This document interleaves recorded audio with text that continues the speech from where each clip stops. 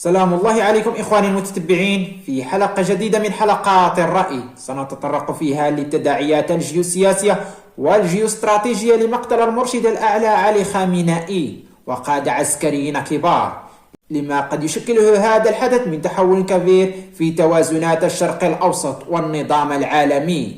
فتغيير النظام في إيران من أكثر الملفات حساسية في الساحة الدولية نظرا لتشابك أبعاده النووية والأمنية والإقليمية والاقتصادية، بينما تختلف المقاربات بين إسرائيل والولايات المتحدة الأمريكية، فإن كليهما ينظر إلى طبيعة النظام الإيراني باعتباره عاملا مؤثرا في التوازنات الدولية خاصة الشرق الأوسط.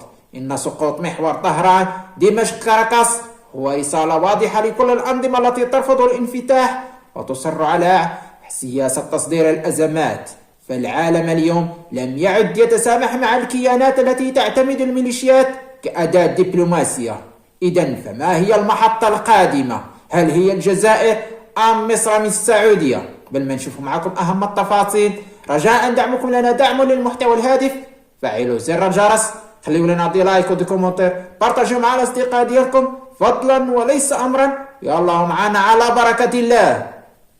إن اغتيال المرشد الأعلى علي خامنئي وقادة عسكريين كبار لن يكون حدثا محليا معزولا. الزلزال جيوسياسي يمتد تأثيره إلى الخارج والشرق الأوسط وآسيا الوسطى وحتى موازين القوى العالمية. فالعالم مرتبط اقتصاديا وأمنيا، تمثل إيران عقيدة استراتيجية، وأي تأثير وأي تغيير جذري فيها سيعيد تشكيل مشهد إقليمي كامل. فإيران ليست دولة هامشية، بل قوة إقليمية ذات عمق تاريخي وكثافة سكانية كبيرة وموقع جغرافي حاكم وشبكة نفوذ تمتد عبر عدة ساحات. فمنذ قيام الجمهورية الإسلامية الإيرانية سنة 1979 أصبحت العلاقة بين واشنطن وطهران علاقة صدام سياسي مفتوح.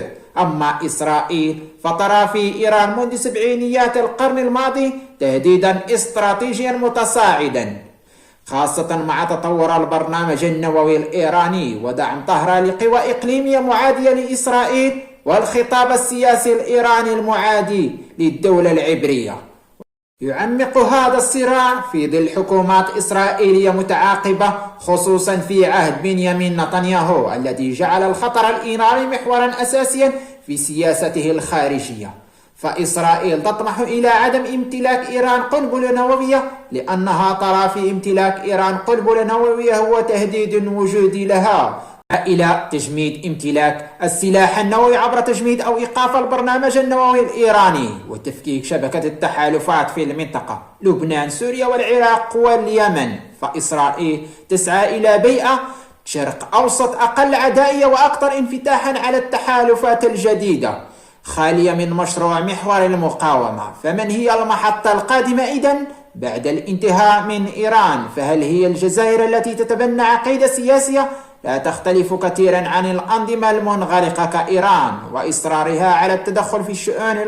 وإصرارها في التدخل في شؤون المحيط واللجوء إلى تمويل ودعم الميليشيات الانفصالية كالبوليزاريو ماليا وعسكريا وسياسيا، وكذا التدخل في شؤون دول الساحل والصحراء، مما دفع هذه الدول إلى قطع علاقة مع النظام العسكري الجزائري.